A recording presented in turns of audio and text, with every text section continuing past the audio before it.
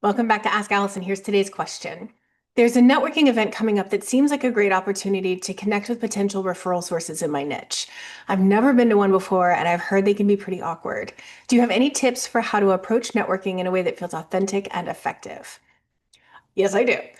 Before I answer that, though, I would love to thank our sponsor, Therapy Notes. I've talked about Therapy Notes for years and know their features by heart, but what really sets them apart is that they genuinely care about your experience. It's not just about troubleshooting. They actively implement user-suggested features like clinical outcome tracking, real-time insurance checks, a smooth super bill process, and their AI feature, Therapy Fuel. Everyone at Therapy Notes believes in the product and wants you to love it too. Plus, they're independently owned, which means no venture capital and no pressure to prioritize investors over their customers. This independence allows them to keep their prices fair, to focus on innovation, and prioritize customer experience. With over 100,000 therapists already on board, they've proven you don't have to compromise success for quality. If you're ready to see for yourself, try Therapy Notes free for 2 months with the code ABUNDANT at therapynotes.com. Okay, back to your question. I absolutely have some tips for networking, and I want to start by giving you a little reality check because most of us have a wildly unrealistic picture in our heads about what a networking event should be like. There's the optimistic version we all wish for. You show up looking fantastic in your new, very professional outfit. You're full of confidence, you're ready to shine, and you glide through the room like a TED Talk meets Vogue moment, charming people with your intelligence, your empathy, your dazzling conversational skills. And everyone wants your card, and you walk out with 15 referrals lined up for Monday. It's a dream. Then there's the pessimistic version. And let's be honest, this is the one most of us actually picture. You walk in, it feels like an eighth grade dance. The cliques have formed. You hover by the refreshment table, shoveling pita and hummus into your mouth for something to do. And then, of course, you drop it on your shirt and you're sweating. And someone finally approaches you, and you both try to talk at the same time, and it's all awkward eye contact and weird laughter. And you feel like you're trying to sell therapy to people who are already therapists. You find an excuse to leave early and you beat yourself up on the drive home. So let me offer you the truth, which, as usual, lies somewhere in the middle. If you're an introvert, I want you to listen carefully. You don't have to go. You have full permission to skip these kinds of events. Your energy is valuable, and traditional networking events might not be the best use of your energy. Yes, you do need to network, but you do not need to do it in a crowded room full of strangers making small talk over cheese cubes. There are better ways to connect, and I'm going to share those in a minute. But if you're an extrovert or a socially confident introvert who's curious about attending, then yes, it might be worth it. So let's go in with a plan. First, here's what it could be like.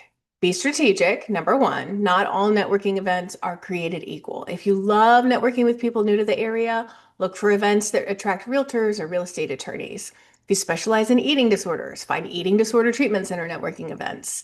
If you work with teens, is there a casual happy hour for local educators? The more targeted the crowd, the more valuable your time there will be. It's about quality, not quantity. Second, have a line ready. Don't wing it. Don't hope that like inspiration strikes when you're standing in front of somebody. Go in with a few openers in your back pocket. Nothing cheesy, just like normal, natural conversation starters. Something like, "Oh, hey, I think I saw your logo on a 5K shirt I got last year. Do you work with whatever the clinic name is?" Or, "We have a mutual friend. How do you know Danny?" Also, drop the hedging language.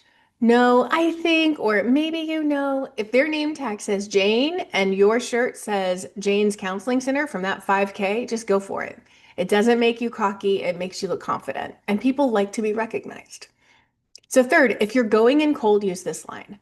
When you don't know anyone, walk up to the first kind looking person you see and say, "Hi, I'm Allison," except your name.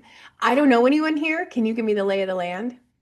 It's disarming, it's honest, it takes the pressure off. Most people are more than happy to help and will likely follow up with, "Yeah, absolutely. And what do you do?"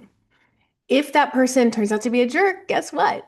That says everything about them and nothing about you. That's probably not someone whose referrals you want anyway, so say a polite goodbye and move on. If the second person is also awful, just leave. Seriously, you are not there to torture yourself. There is no merit badge for surviving bad vibes in a conference room. But here's what usually happens. Most people are really warm. They may not all be perfect referral sources, but they're showing up for the same reason you are, to make connections. And if you're lucky, you might meet a connector. These are the people who seem to know everyone and love making introductions. It's gold. Treat those people like the unicorns they are. Fourth, don't underestimate the wallflowers. This is my favorite strategy. It's how I've made some of my best networking connections. When I walk into a networking event, I collect the people standing against the wall. The ones on their phones, they're pretending to scroll, but they're really just avoiding small talk. They feel trapped and uneasy. I walk up, I introduce myself, and I ask about them.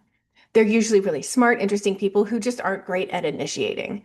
Then, once we've got a little rapport, we collect other wallflowers together. We become this little crew of cool, awkward, interesting people who are now just hanging out. And guess what? These are often the folks who end up being the best, most genuine referral partners.